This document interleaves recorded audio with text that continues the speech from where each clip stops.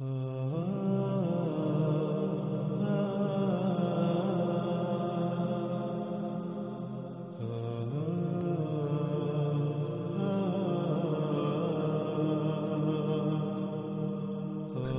ناظرین، جیسا کہ ہم نے اس روایت میں رسول اللہ صلی اللہ علیہ وآلہ وسلم کے الفاظ کو دیکھا کہ رسول اللہ صلی اللہ علیہ وآلہ وسلم نے اس خام تیل کو، جسے آج انسان اپنے لیے مسیحا سمجھتا ہے، جس خام تیل کی وجہ سے پوری دنیا طرح طرح کی آسائشوں، سہولتوں اور آسانیوں سے مزین ہو چکی ہے،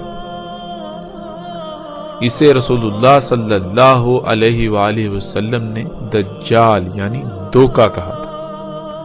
یعنی حقیقت میں یہ مسیحا نہیں ہوگا۔ یہ زمین کا خون جسے آج انسان نے نکالا، اسے اپنے لیے مسیحا کا نام دیتا ہے، اسے اپنے لیے مسیحا سمجھتا ہے، لیکن اس کے نقصانات کیا ہیں؟ ان پر جتنی بھی بات کی جائے اتنی ہی کم ہے۔ اسی خام تیل جس کو رسول اللہ صلی اللہ علیہ وآلہ وسلم نے جفال شر اور انسان کے لیے دجال کہا، اس کے نکالنے کی وجہ سے آج نہ صرف زمین جگہ جگہ سے دنس رہی ہے، بلکہ زمین کی پیدا کرنے کی صلاحیت متاثر ہو چکی ہے، اور اسی خام تیل کے نکالنے کی وجہ سے زمین کا توازن بگڑ چکا، جس کی وجہ سے زلزلے، طوفان اور آندیاں رہی ہیں، اور اس کے علاوہ اسی خام تیل کے نکالنے کی وجہ سے انتہائی بڑے بڑے غیر معمولی عوامل وقوع پذیر ہو رہے ہیں، جو عنقریب انسان کو ایک بڑی تباہی کی صورت میں اپنی لپیٹ میں لے لیں گے۔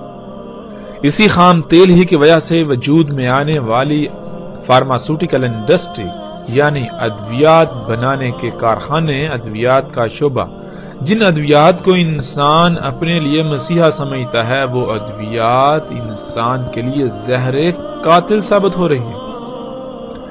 ایسی ادویات کہ جب کسی بیماری کے لیے کوئی دوا خلق کی جاتی ہے، بنائی جاتی ہے، تو وقتی طور پر تو اس دوائی سے، اس بیماری سے آرام ملتا ہے، شفا حاصل ہوتی ہوئی نظر آتی ہے، لیکن حقیقت یہ ہے کہ جب ایک انسان ایک بیماری سے شفا کے لیے اس دوائی کو اختیار کرتا ہے، اسے استعمال کرتا ہے، تو وقتی طور پر تو اسے اس کا فائدہ نظر آتا ہے، لیکن بعد میں وہی دوائی اس ایک کی بجائے کئی طرح طرح کی بیماریوں کا باعث بنتی ہے، اور جس بیماری سے پہلے انسان کو شفا حاصل ہوتی ہوئی نظر آئی، وہی بیماری بعد میں ناسور بن چکی ہوتی ہے۔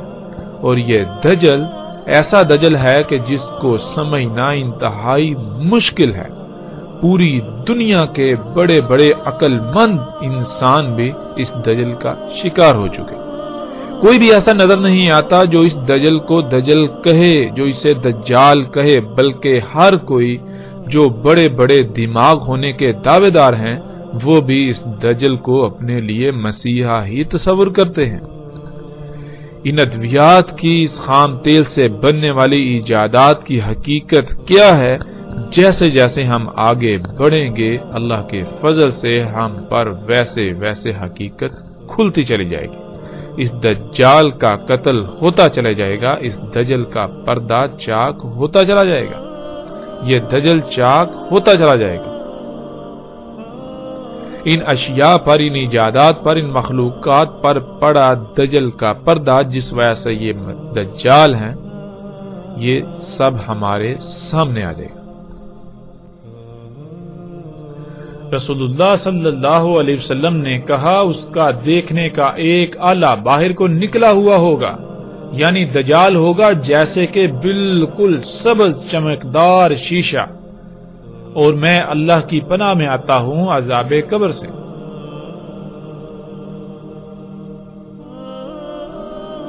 ناظرین، اس روایت میں لفظ انبت استعمال ہوا ہے۔ یہ لفظ بہت وسیع اور بہت سی وسعتوں کا حامل ہے۔ ان میں غالب ترین معنوں کو ہم بیان کریں گے۔ ان میں پہلا معنی یہ ہے، انسانوں، جانوروں، درختوں، چرند پرند سمیت تمام جاندار مخلوقات میں مداخلت کرنے، خود خلق کرنے پیدا کرنے کی غرض سے انہیں چھیڑ چھاڑ چیر پھاڑ کر کے ان کی ساخت، خلق کرنے کی معلومات سمیت زیادہ سے زیادہ علم حاصل کرنے کے لیے ان کی گہرائیوں تک دیکھنے کی صلاحیت رکھنے والے آلات یا صلاحیت رکھنے والا آلہ، جیسا کہ سکرین پر نظر آنے والی تصاویر میں ہم ایسے تمام کے تمام آلات کو دیکھ سکتے ہیں جن آلات کے ساتھ انسانوں، جانوروں، درختوں، چرند پرند سمیت تمام کے تمام جانداروں میں مداخلت کر کے خود خلق کرنے کے لیے علم حاصل کرنے کی غرض سے انہیں چیر پھاڑ کر کے معلومات حاصل کی جا رہی ہیں، ان کی گہرائیوں تک دیکھا جا رہا ہے۔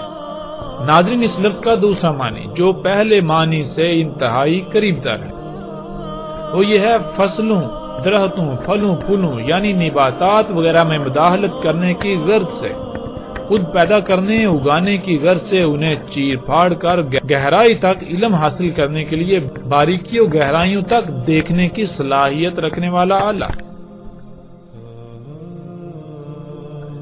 پھر اسی طرح ناظرین اس کا تیسرا معنی ہے ایسا دیکھنے کا آلہ جو انگور کی طرح باہر کو نکلا ہوا ہو۔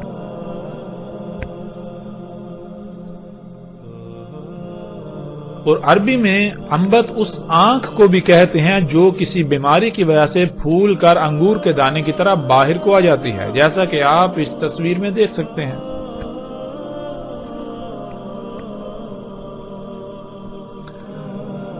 اب ناظرین ہمارے اوپر فرض بنتا ہے کہ ہم اپنے ارد گرد غور و فکر کریں، کیا آج انسان کی خلق کردہ ایسی مخلوقات موجود ہیں، ایسی ایجادات موجود ہیں جن سے یہ سب کام لیا جا رہا ہے جس کا ذکر رسول اللہ صلی اللہ علیہ وسلم نے کیا؟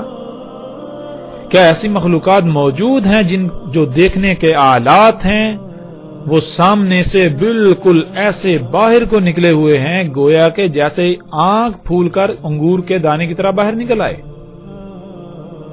اور پھر کیا ایسے آلات موجود ہیں جن آلات کی مدد سے تمام کے تمام جانداروں کی چیر پھاڑ کر کے ان کی گہرائیوں تک دیکھا جا رہا ہے یا دیکھا جا سکتا ہے؟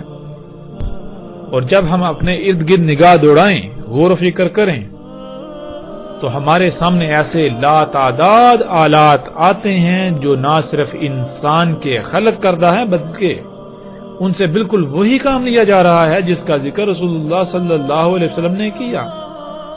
اور حیران کن طور پر آج انسان، تقریباً پوری دنیا کے انسان ان آلات کو اپنے لیے مسیحا تصور کیے ہوئے ہیں۔ ان کے نقصانات کیا ہیں؟ ان کا دوسرا پہلو جسے انسان یکسر نظر انداز کرتے ہیں، جس سے اپنی آنکھیں بند کر لیتے ہیں، اس کی بھی ہم وضاحت کریں گے، اس کو سامنے لائیں گے آگے جا کر۔ اور ناظرین، وہ کون سے ایسے آلات ہیں، وہ کون سی ایسی مخلوقات ہیں انسان کی ہی خلق کردہ جو سامنے سے ایک چمکدار، صاف ستھرے، سرسبز شیشے کی مانند شیشے کی ہیں، باہر کو ایسے نکلی ہوئی گویا کہ پھولی ہوئی آنکھ انگور کی طرح؟ اور جب ہم غور و فکر کریں تو حیران کن طور پر ایسے کئی آلات ہمارے سامنے آ جاتے ہیں۔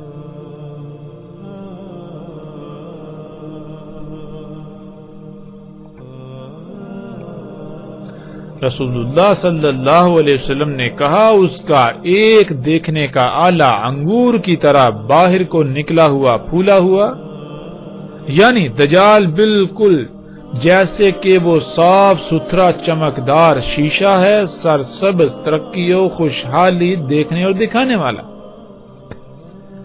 وہ کون سا آلہ ہے جو آج ہمیں خوشحالی اور ترقی دکھاتا ہے، جو سبز ہے، جو شیشے کا ہے، جو پھول کر انگور کے دانے کی طرح باہر کو نکلا ہوا ہے؟ وہ کون سا آلہ ہے کہ جو شیشے کا ہے اور وہ بالکل سامنے سے باہر کو اس طرح نکلا ہوا ہے جیسے کہ آنکھ پھول کر انگور کے دانے کی طرح باہر نکل آ گئی ہوتی ہے؟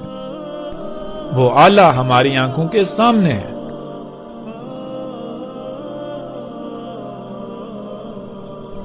اور پھر رسول اللہ صلی اللہ علیہ وسلم نے اسی روایت میں دجال کے اس فتنے کو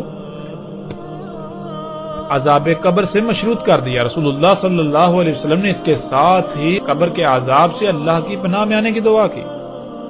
عذاب قبر کیا ہے؟ جب تک ہم اسے نہیں سمجھیں گے ہمیں اس بات کی سمجھ نہیں آئے گی.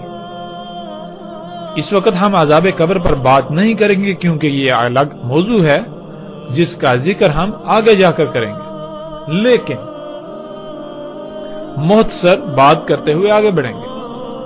اللہ سبحانہ و تعالیٰ نے قرآن میں ان انسانوں کو مردہ اور قبروں میں قرار دیا جو غور و فکر نہیں کرتے، جو آنکھوں، کانوں اور دل کا استعمال اس طرح سے نہیں کرتے، ان مقاصد کے لیے نہیں کرتے جس مقصد یا جن مقاصد کے لیے اللہ سبحانہ و تعالیٰ نے یہ عطا کی.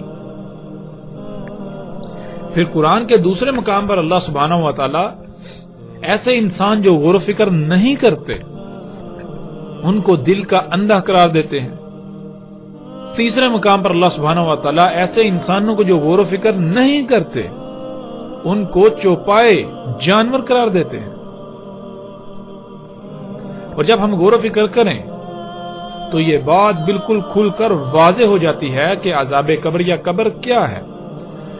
ناظرین، اللہ سبحانہ وتعالیٰ نے انسان کے بارے میں قرآن میں جو بات واضح کی وہ یہ کہ اللہ سبحانہ وتعالیٰ نے کہا کہ تم پہلے اموات تھے، پھر تمہیں حیا کیا یعنی زندہ کیا، اس بشری شکل میں لے کر آئے، پھر دوبارہ تم اموات ہو جاؤ گے، پھر دوبارہ تمہیں حیا کیا جائے گا، زندہ کیا جائے گا، جوڑا جائے گا. اب ناظرین سوال یہ پیدا ہوتا ہے کہ ہمارا جسم جب حیا نہیں تھا تو بقول قرآن کے، اللہ کے کلام کے، یہ حالت موت میں تھا. موت کسے کہتے ہیں؟ موت کہتے ہیں ان چھوٹے چھوٹے ذرات کو، ان ایٹمز کو جس سے ہمارا جسم وجود میں آتا ہے. یعنی ہم حیا ہونے سے پہلے ہم اس وجود سے پہلے چھوٹے چھوٹے ذرات کی شکل میں پوری دنیا میں بکھرے پڑے ہوئے تھے. اور وہ ذرات کیسے ہمارے اس وجود کا حصہ بنے، ان ذرات نے کیسے یہ شکل اختیار کی، جب ہم غور و فکر کریں تو اللہ سبحانہ وتعالیٰ ان تمام کے تمام ذرات کو اکٹھا کرتے ہیں اور اس کو خام تیل کی شکل میں ڈالتے ہیں. یعنی ہماری موت کی، ہمارے ان ذرات کی سب سے پہلی جو منزل ہوتی ہے وہ ہوتی ہے خام تیل. وہ اجزاء، وہ عناصر، وہ تمام کے تمام ذرات خام تیل کی شکل میں ڈلتے ہیں.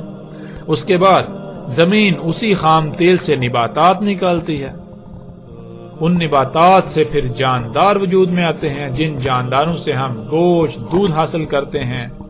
زمین جو نباتات اگاتی ہے ہم انہی نباتات کو کھاتے ہیں جن سے ہمارا یہ جسم وجود میں آتا ہے. ناظرین، اب جب ہم غور و فکر کریں تو ہمیں پتہ چلتا ہے کہ ہماری موت اور حیات کے درمیان کچھ عوامل ہیں، کچھ مراحل ہیں. وہ کیا ہیں؟ ہماری موت جو کہ ہمارا مواد ہے، ہمارا میٹیریل ہے جس سے ہمارا جسم وجود میں آیا، وہ سفر کرتی ہے، کچھ مراحل سے گزرتی ہے. وہ مراحل کون سے ہیں؟ وہ مراحل یہ ہیں کہ ہمارا یہ جسم بننے سے پہلے ہمارا یہ جسم وہ مواد یہاں تھا، یعنی وہ گوشت کی شکل میں تھا. گوشت کس کا؟ گائے، بکری یا مختلف جانوروں کا. یعنی ہمارا یہ مواد، ہماری یہ موت ہمارے اس جسم کا حصہ بننے سے پہلے مختلف جانوروں، جانداروں کی شکل میں تھی، گوشت کی شکل میں، دودھ کی شکل میں. پھر یہ سبزیوں، پھل فروٹ، گھاس پھوس کی شکل میں تھی. اسی طرح جیسے جیسے پیچھے جائیں تو وہ ذرات کی شکل میں ملتی. ذرات یعنی موت سے لے کر اس حیات کے درمیان، اس کو اللہ سبحانہ وتعالیٰ نے قرآن میں حالت قبر کہا ہے.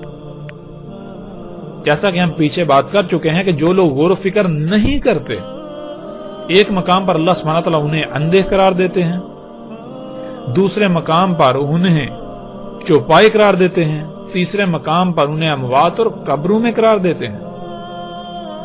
یعنی انسان اور باقی مخلوقات، باقی جاندار مخلوقات میں جو شے تمیز کرتی ہے وہ یہ ہے غور و فکر کرنا.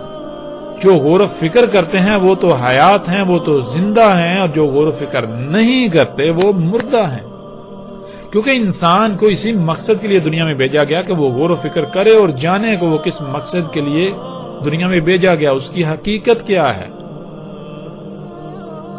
اس کا اول و آخر کیا ہے۔ جب انسان کے اس جسم سے روح کھینچ لی جاتی ہے تو پھر یہ جسم دوبارہ ان عوامل سے گزرتا ہوا، ان مراحل سے گزرتا ہوا، انہی ذرات کی شکل میں تبدیل ہو کر پوری دنیا میں بکھر جاتا ہے جیسے کہ وہ پہلے تھا۔ یعنی جب اس جسم سے روح کھینچ لی جاتی ہے، اس کو وفات دی جاتی ہے، تو پھر یہ جسم مختلف مخلوقات، جاندار مخلوقات کا حصہ بنتا ہے۔ اس جسم کو مختلف کیڑے مکوڑے کھاتے ہیں، وہ کیڑے مکوڑے اور مخلوقات کی خوراک بنتے ہیں، یعنی ان کے وجود کا حصہ بن جاتے ہیں۔ اس طرح چلتے چلتے پیچھے چلتے چلتے ایک وقت ایسا آتا ہے جب دوبارہ انسان اسی حالت میں پلٹ جاتا ہے جس حالت میں وہ پہلے تھا، چھوٹے چھوٹے ذرات کی شکل میں وہ پوری دنیا میں بکھر جاتا ہے۔ تو ان ذرات میں بکھرنے سے لے کر اس جسم کے درمیان یعنی وفات ہونے کے درمیان جتنے بھی عوامل ہیں، انسان کا جسم جن جن مخلوقات کے وجود کا حصہ بنے گا وہ حالت قبر کہلاتی ہے۔ اور قرآن میں اللہ سبحانہ وتعالی یہ بات بھی واضح کر دیتے ہیں کہ جو اجسام طیب ہوتے ہیں، طیب اجسام سے نکلنے والی روح کے لیے آسمان کے دروازے کھول دیے جاتے ہیں، یوں وہ اوپر چلی جاتی ہے جنتوں میں۔ لیکن اس کے برعکس خبیث جسم سے نکلنے والی روح کے لیے آسمان کے دروازے نہیں کھولے جاتے، بلکہ اس روح کو واپس پلٹا دیا جاتا ہے۔ کون سا آسمان؟ پہلا آسمان زمین کا، جو کہ سطح زمین سے 12 کلومیٹر تک ہے۔ یعنی اگر کوئی انسان خبیث ہے، کسی انسان کا جسم خبیث ہے، اس سے نکلنے والی روح جب اس کو وفات دی جاتی ہے تو اس کے لیے آسمان کے دروازے نہیں کھولے جاتے، اسے واپس پلٹا دیا جاتا ہے۔ اور جب واپس پلٹا دیا جاتا ہے تو ناظرین، جسم کو زندہ ہونا چاہیے تھا، ہم دیکھتے ہیں جسم زندہ نہیں ہوتا، تو پھر وہ روح کہاں جاتی ہے؟ وہ بجلی، وہ الیکٹرک جس نے ہمارے اس وجود کو زندہ کیا، وہ روح، وہ الیکٹرک، وہ بجلی پھر ان کو ایکٹیو کر دیتی ہے جو وجود، جو مخلوقات، جو جاندار، جو جانور وغیرہ ہمارے اس جسم سے وجود میں آتے ہیں، وہ ہے حالت قبر۔ تو پھر خبیث جسم سے کیا بنے گا؟ خبیث سے خبیث ہی وجود میں آئے گا۔ تو خبیث کون سے جاندار ہیں؟ ہم غور و فکر کریں، سانپ، بچھو، اس طرح کے غلیظ اور خبیث جتنے بھی جاندار ہیں، گویا کہ یہ سب کے سب انسان کی حالت قبر ہے۔ انشاءاللہ ناظرین، اللہ کے فضل سے قبر کے عذاب کے اوپر قرآن سے آیات کی روشنی میں ہر پہلو سے، ہر لحاظ سے کھول کھول کر بات کریں گے، لیکن آئندہ نشستوں میں الگ موضوع کے تحت۔ ناظرین، یہاں سوال یہ پیدا ہوتا ہے کہ رسول اللہ صلی اللہ علیہ وآلہ وسلم نے دجال کی اس سبزہ خوشحالی دکھانے والی آنکھ کو عذاب قبر سے مشروط کیوں کر دیا؟ اس کے ذکر کے فوراً بعد اللہ سے قبر کے عذاب سے پناہ میں آنے کی دعا کیوں کی؟ اس لیے کیونکہ آج یہی دجال کی آنکھ جو ہمیں سبزہ دکھاتی ہے، جو ہمیں خوشحالی دکھاتی ہے، وہ سبزہ نہیں ہے۔ آج یہی دجال کی آنکھ جو کچھ اللہ نے حرام کیا، جو خبیث ہے، اس کو مزین کر کے دکھاتی ہے، اس کو حلال بنا کر، طیب بنا کر پیش کر رہی ہے، اور پوری دنیا کے انسان ایسی خبیث خوراک کو اپنے جسم کا، اپنے وجود کا حصہ بنا رہے ہیں۔ اس بات سے غافل کہ جب اس جسم سے روح نکالی جائے گی تو اس کے بعد ان کے ساتھ کیا ہوگا؟ جب جسم خبیث خوراک سے، خبیث غذا سے وجود میں آئے گا تو اس جسم سے خبیث مخلوقات وجود میں آئیں گی جو کہ انسان کی حالت قبر ہوگی۔ ان مخلوقات کو جن مصیبتوں تکلیفوں کا سامنا کرنا پڑے گا، جن حالات کا سامنا کرنا پڑے گا، گویا کہ وہ آپ ہیں۔ ابھی تو اس کا شعور نہیں ہے، لیکن اس کا شعور انسان کو اسی وقت ہوتا ہے جب وہ شعور جو اس جسم میں داخل کیا گیا، جو اس جسم میں ہے، اس کو نکال کر ان مخلوقات میں ڈال دیا جائے گا۔ آج ہم دیکھتے ہیں پوری دنیا میں خبیث خوراک کو دنیا کے سامنے مزین کر کے پیش کیا جا رہا ہے، اور پوری دنیا اس خوراک کو اپنے جسم کا حصہ بنا رہی ہے۔ رسول اللہ صلی اللہ علیہ وسلم نے کہا تھا کہ کسی کے چہرے پر پھونک مت مارو، کھانے پر پھونک مت مارو۔ سوال یہ پیدا ہوتا ہے کہ کیوں؟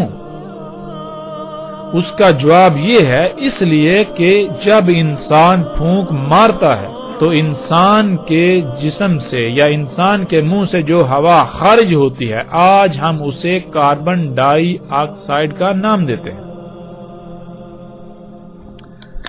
آج اسے ہم کاربن ڈائی آکسائڈ کا نام دیتے ہیں، جو کہ انسان کے لیے نقصان دہ ہے۔ انسان جو ہوا خارج کرتا ہے، اگر یہی ہوا دوبارہ انسان کے جسم میں داخل ہوگی تو انسان کا جسم طرح طرح کی بیماریوں کا شکار ہوگا۔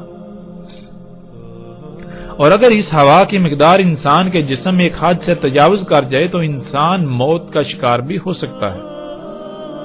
یہی وہ وجہ تھی جس وجہ سے رسول اللہ صلی اللہ علیہ وسلم نے کہا تھا کہ کسی کے چہرے پر پھونک مت مارو، کھانے پر پھونک مت مارو۔ کیوں؟ اس لیے کہ جب تم کسی کے چہرے پر پھونک مارو گے تو اس پھونک میں کاربن کے ایٹمز، کاربن ذرات اس انسان کے سانس کے ذریعے اس کے جسم میں داخل ہو جائیں گے، جو اس کے لیے طرح طرح کی بیماریوں کا باعث بنیں گے۔ اور اگر تم کھانے پر پھونک مارو گے تو کھانے میں وہ کاربن کے ذرات جذب ہو کر تمہاری خوراک اس کھانے کے ذریعے جسم میں داخل ہوں گے اور جسم کو مفلوج کریں گے، بیماریوں کا شکار کریں گے۔ اور ناظرین، آج دجال کی یہ آنکھ پوری دنیا کو اسی گیس کو اپنے جسموں میں انڈیلنے کی دن رات دعوت دے رہی ہے، اور یہ آنکھ اسی گیس کو مزین کر کے دکھاتی ہے۔ آج اس آنکھ سے نظر آنے والے جو اشتہارات آپ دیکھتے ہیں مختلف مشروبات کے، جن میں کوک، پیپسی، مرنڈا اور اس طرح کے طرح طرح کے مشروبات شامل ہیں، ان میں جو گیس پائی جاتی ہے وہ بالکل وہی گیس ہے جو انسان خارج کرتا ہے، یعنی کہ کاربن ڈائی آکسائڈ گیس۔ رسول اللہ صلی اللہ علیہ وسلم نے اس کی معمولی سے معمولی مقدار سے بھی منع کیا، اس سے دور رہنے کی تلقین کی، لیکن آج انسان اس کے برعکس ایک بہت بڑی مقدار میں اسی گیس کو اپنے جسم میں انڈیلتا ہے اور پھر طرح طرح کی بیماریوں کا شکار ہوتا ہے۔ یوں وہ پھر ادویات کھاتا ہے، وہ ادویات جنہیں اپنے لیے مسیحا تصور کرتا ہے، وہی ادویات پھر مزید اس میں سائیڈ ایفیکٹس یعنی مزید بیماریوں کا شکار کرتے ہیں۔ پھر انسان اسی گن چکر میں دھنس کر رہ جاتا ہے۔ اس کے باوجود وہ ان تمام کی تمام اشیاء، ان تمام کی تمام ایجادات، ان تمام کی تمام مخلوقات کو اپنے لیے مسیحا تصور کرتا رہتا ہے۔ آج یہی دجال کی آنکھ طرح طرح کی خبیث خوراکیں جو ہمارے سامنے پیش کرتا ہے، ایسی مزین کر کے کہ پوری دنیا آج بڑے شوق سے ان خوراکوں، ان اشیاء کو کھادی، ان خوراکوں کو، اس غذا کو اپنے اجسام کا حصہ بناتی۔ قرآن میں اللہ سبحانہ و تعالی نے بہت سختی سے منع کر دیا۔ آج یہی دجال کی آنکھ پوری دنیا کے انسانوں کو ایسے بیج استعمال کرنے کی دعوت دیتی ہے کہ جو غیر فطرتی ہیں، جن بیجوں سے اگنے والی فصلیں، پھل، سبزیاں کھانے سے انسان طرح طرح کی بیماریوں کا شکار ہو رہے ہیں، طرح طرح سے مفلوج ہو رہے ہیں۔ ناظرین، یہی وہ وجہ تھی جب رسول اللہ صلی اللہ علیہ وسلم نے ذکر کیا اس سرسبز شیشے کی آنکھ کا، جو سبزہ دکھاتی ہے، جو خوشحالی و ہریالی و ترقی دکھاتی ہے، اس کی طرف دعوت دیتی ہے تو ساتھ ہی مشروط کر دیا قبر کے عذاب کو، ساتھ ہی اللہ سے عذاب قبر میں پناہ میں آنے کی دعا کی۔ رسول اللہ صلی اللہ علیہ وسلم نے کہا اس میں کچھ شک نہیں کہ دجال ہوگا ممسول عین الیسرا، ہوگا اس پر زفرہ، کتب ہوگا درمیان اس کے دیکھنے کے آلات کے کافر۔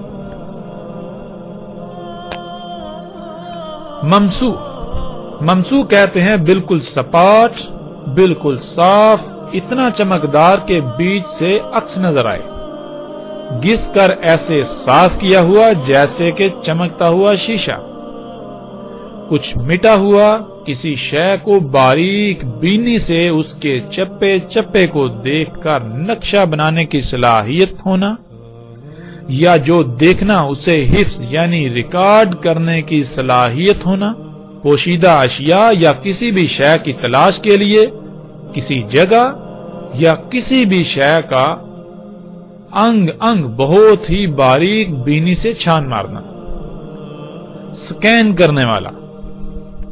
العین جس کو ہم پہلے بھی جان چکے ہیں، العین کہتے ہیں رنگوں کا ادراک کرنے والا یعنی دیکھنے والا آلہ، دیکھنے کا آلہ۔ زفرہ،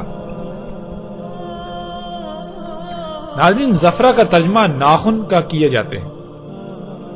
عربی کا لفظ زفرہ استعمال ہوتا ہے ناخن کے لیے، تمام کے تمام جانوروں کے کھروں پر خول کے لیے، درندوں کے پنجے، سپ وغیرہ، ناخن، پنجے، کھروں، خول، سپ وغیرہ سمیت تمام مخلوقات میں اس طرح کی شے کو زفر کہا جاتا ہے۔ اور جب ہم اس میں غور و فکر کریں تو ہم پر یہ بات بالکل کھل کر واضح ہو جاتی ہے کہ ناخن ہوں، پنجے ہوں، سپ ہوں، جانوروں کے کھروں کے خول ہوں، بنیادی طور پر یہ سخت پلاسٹک ہے، ہارڈ پلاسٹک۔ اس لیے عربی میں زفرہ کہتے ہیں ہارڈ پلاسٹک کو، یعنی اس مواد کو جس مواد سے ناخن وجود میں آتے ہیں۔ ناخن کیا ہے؟ ناخن پلاسٹک ہے۔ زفرہ کہتے ہیں کسی بھی شے میں مخلوق پلاسٹک کو، سخت پلاسٹک کو۔ تو ناظرین رسول اللہ صلی اللہ علیہ وسلم نے کہا دجال کا دیکھنے کا آلہ ہوگا انتہائی آسانی سے دیکھنے والا، بالکل سپاٹ، بالکل صاف، اتنا چمکدار کے بیچ سے عکس نظر آئے، گھس کر ایسے صاف کیا ہوا جیسے چمکتا ہوا شیشہ، کچھ مٹا ہوا، کسی شے کو باریک بینی سے اور اس کے چپے چپے کو دیکھ کر نقشے بنانے کی صلاحیت رکھنے والا، یا جو دیکھے گا اس کو حفظ یعنی اپنے اندر محفوظ ریکارڈ کرنے کی صلاحیت رکھنے والا،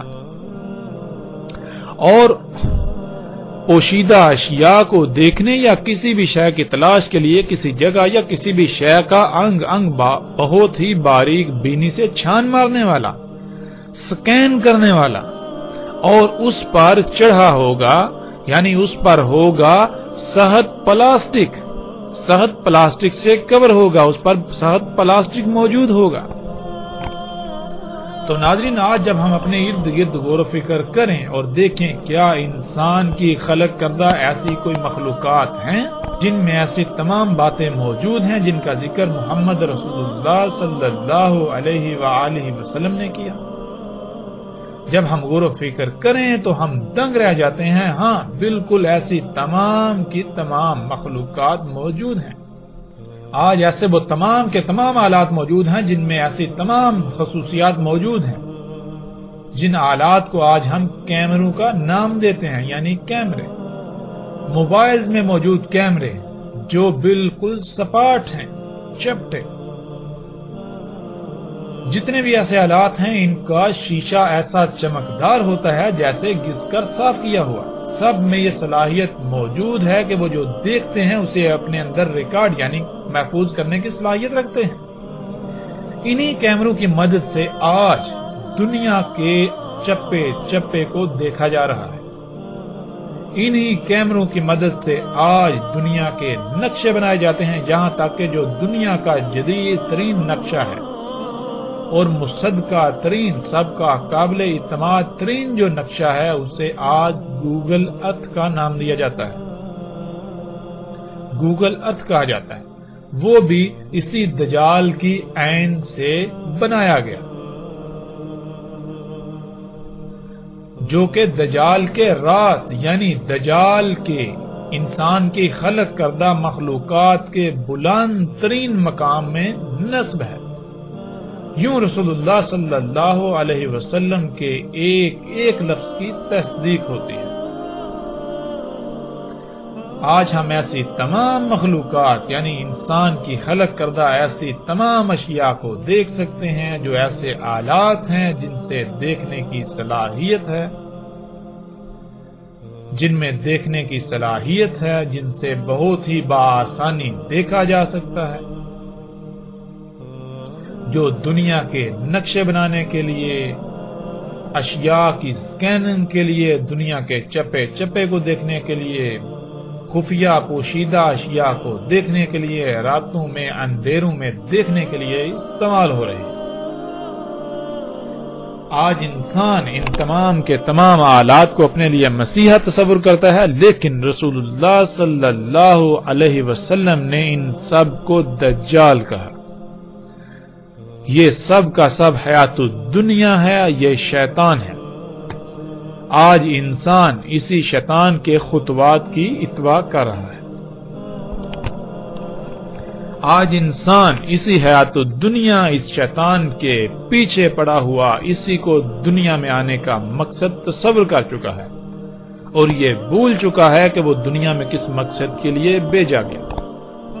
رسول اللہ صلی اللہ علیہ وسلم نے کہا اس کا یعنی دجال کا دیکھنے کا آلہ، انتہائی آسانی سے دیکھنے کا آلہ گویا کہ با اعتماد سیارہ ہوگا۔ سیارہ یعنی ایک پلانٹ ہوگا۔ جب ہم کائنات میں غور و فکر کریں تو سیارے کیا کر رہے ہیں؟ ہر سیارہ اپنے اپنے مدار میں گھوم رہا ہے۔ جیسے ہماری زمین ایک سیارہ ہے اور سورج کو اپنا محور بناتے ہوئے اس کے گرد گھوم رہی ہے، بالکل اسی طرح رسول اللہ صلی اللہ علیہ وسلم نے کہا کہ دجال کا دیکھنے کا آلہ جو کہ انتہائی آسانی سے دیکھنے والا ہوگا وہ ایک سیارہ ہوگا، یعنی وہ کسی شے کو اپنا مرکز و محور بناتے ہوئے اس کے گرد اپنے مدار میں گھوم رہا ہوگا۔ آج ہم پر فرض بنتا ہے کہ ہم غور و فکر کریں، کیا ایسی کوئی شے موجود ہے؟ کیا ایسی کوئی شے انسان نے خلق کی؟ کیا انسان کی مخلوقات، انسان کی خلق کردہ مخلوقات، انسان کی ایجادات میں کوئی ایسی ایجاد ہے جو گویا کہ بالکل ایک سیارے کی طرح ہے، جو ایک سیارے کی طرح کسی بھی مقام کو اپنا مرکز و محور بنائے ہوئے اس کے گرد گھوم رہا ہے اور اس کے ذریعے سے دیکھا جا رہا ہے؟ اس میں دیکھنے کی صلاحیت ہے۔ اور جب ہم غور و فکر کریں تو انسان حیران رہ جاتا ہے، بالکل رسول اللہ صلی اللہ علیہ وسلم کے الفاظ کے عین مطابق آج دجال کا انتہائی آسانی سے دیکھنے کا آلہ زمین کو اپنا محور بناتے ہوئے، زمین کو اپنا محور بنائے ہوئے اس کے گرد بالکل اسی طرح گھوم رہا ہے گویا کہ وہ ایک سیارہ ہے، ایک پلانٹ ہے۔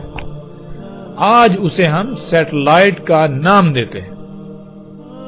اسی سے آج پوری دنیا کے چپے چپے کو انتہائی آسانی سے دیکھا جا رہا ہے۔ رسول اللہ صلی اللہ علیہ وسلم نے کہا ساتھ ہوگا اس کے مثل جنت کے اور مثل آگ کے، یعنی اس کے ساتھ بالکل ویسی ہی اشیاء ہوں گی جیسی اشیاء یا جیسی سہولتیں، آسائشیں، آسانیاں جنت میں ہوں گی، اور اس کے ساتھ ہوگی آگ، اور اس کے ساتھ بالکل ایسی ہی شے ہوگی جیسے کہ آگ ہوتی ہے۔ اور پھر رسول اللہ صلی اللہ علیہ وسلم نے کہا اور اس کی جنت ہوگی غبار والی جو کہ دخان یعنی دھواں ہوگا، اور آگ ہوگی اس کی سرسبز باغ۔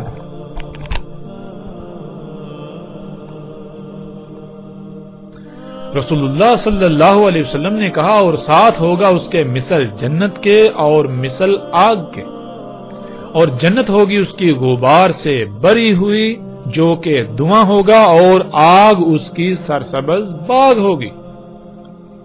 سب سے پہلی بات تو یہ ہے کہ دجال کی جنت میں جو بھی داخل ہوگا، حقیقت میں وہ آخرت میں جہنم میں ڈالا جائے گا، اور جو دجال کی آگ میں کودے گا تو آخرت میں اللہ سبحانہ و تعالیٰ اسے جنت میں داخل کرے۔ اس کا ایک پہلو تو یہ ہے، لیکن اس کے علاوہ دنیا میں بھی دجال کی جنت حقیقت میں جہنم ہوگی، حقیقت میں دھویں سے بری ہوئی۔ جنت کسے کہتے ہیں؟ آسائشیں، سہولتیں اور آرام دہ جگہ کو، جہاں انسان کی خواہشات کی تکمیل ہو، جو انسان چاہے اسے حاصل ہو جائے۔ اور آج ہم دیکھتے ہیں کہ پوری دنیا جو کہ جنت کا منظر پیش کر رہی ہے، انسان جو چاہتا ہے اسے حاصل ہو رہا ہے، طرح طرح کی آسائشیں، سہولتیں، آسانیاں میسر ہیں، آرام بہت ہے، دل لبا دینے والی مزین اشیاء ہیں، لیکن یہ جنت پوری کی پوری جنت دھویں سے بری ہوئی ہے، اور اسی دھویں کی وجہ سے لا تعداد بیماریاں، حادثات، طوفان، زلزلے اور مصیبتوں سے انسان گرا ہوا ہے۔ کیوں رسول اللہ صلی اللہ علیہ وآلہ وسلم کے الفاظ کے عین مطابق آج جن معاشروں، جن سوسائٹیوں کو انسان اپنے لیے جنت تصور کیے ہوئے ہیں، آسائشیں، سہولتیں، آرام سے بری ہوئی جگہ تصور کرتا ہے، وہ دھویں سے بری ہوئی ہیں، اور اس دھویں کی وجہ سے جہنم کا منظر پیش کر رہی ہیں، اور ہم اپنی آنکھوں سے یہ مناظر آج دیکھ سکتے ہیں۔ اور جہاں آگ برسائی جا رہی ہے وہ جگہیں صرف اور صرف وہی ہیں جو فطرت پر ہیں، جو حقیقتاً سرسبز باغ ہیں۔ ایسے لوگوں کو آج چن چن کر مارا جا رہا ہے، ان پر آگ برسائی جا رہی ہے جو یہ کہتے ہیں کہ دین فطرت ہے اور فطرت پر قائم ہونا ہے۔ ہم فطرت پر قائم ہونا چاہتے ہیں، دنیا کو فطرت پر قائم کرنا چاہتے ہیں۔ اسی دجال کی جنت کے بارے میں چند خبریں آپ کے سامنے۔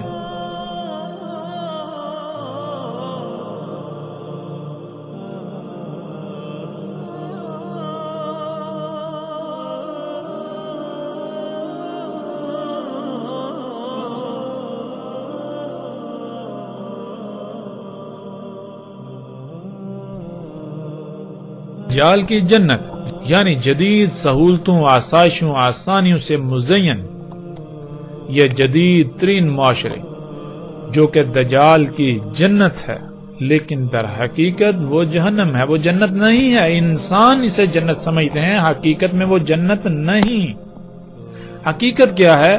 حقیقتاً وہ جہنم ہے، دھویں سے بری ہوئی، جس دھویں کی وجہ سے لا تعداد بیماریاں، اچانک اموات کی شرح بہت زیادہ، بے چینی، بے سکونی، بے اطمینانی، ہر طرف باغم باغ، پریشانیاں، طرح طرح کے مصائب، لیکن اس کے باوجود اکثریت کو یہ سب نظر ہی نہیں آتا۔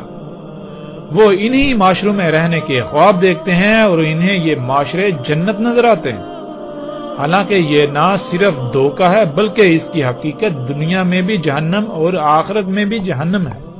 دجال کی جہنم ظاہراً دنیا میں دجال کی جہنم میں بہت سختیاں ہیں۔ دجال کی جہنم ہر وہ جگہ ہے جو فطرت پر ہے، جہاں یہ ایجادات موجود نہیں ہیں جو محمد رسول اللہ صلی اللہ علیہ وسلم کے موجود نہیں تھی اور آج دنیا میں موجود ہیں۔ ایسی جگہ حقیقتاً سرسبز باغات اور خامیوں، نقائص و بیماریوں سے پاک ہیں۔ یوں وہ حقیقتاً دنیا میں بھی سرسبز باغات، جنت اور آخرت میں بھی ایسے لوگوں کو جنت میں داخل کیا جائے، اور اس کے علاوہ ہر وہ جگہ جہاں دین قائم ہو وہ دجال کی جہنم ہے، دجال کی آگ ہے یہاں، یعنی وہاں آگ برسائی جائے گی۔ دین اللہ سبحانہ و تعالیٰ نے قرآن میں واضح کر دیا کہ دین کیا ہے، دین ہے فطرت پر قائم ہونا۔ جہاں دین قائم کیا جائے گا، یعنی جس جگہ کو فطرت پر لایا جائے گا، تو شیاطین اور اولیاء شیاطین کو اس سے بہت تکلیف ہوگی۔ یوں وہ علاقہ ہر لحاظ سے جہنم کا منظر پیش کرے گا، اس میں سختیاں، آزمائشیں، آگ و بارود کی بارش ہوگی، لیکن در حقیقت وہ دنیا میں ایک آزمائش ہوگی جس کے بدلے مومن کے درجات بلند ہوں گے، اور وہی درجہ وہ آخرت میں پالے گا۔ یوں دجال کی جنت حقیقت میں آخرت میں جنت اور بلند درجات کا حصول ہے، نہ کہ حقیقتاً جہنم۔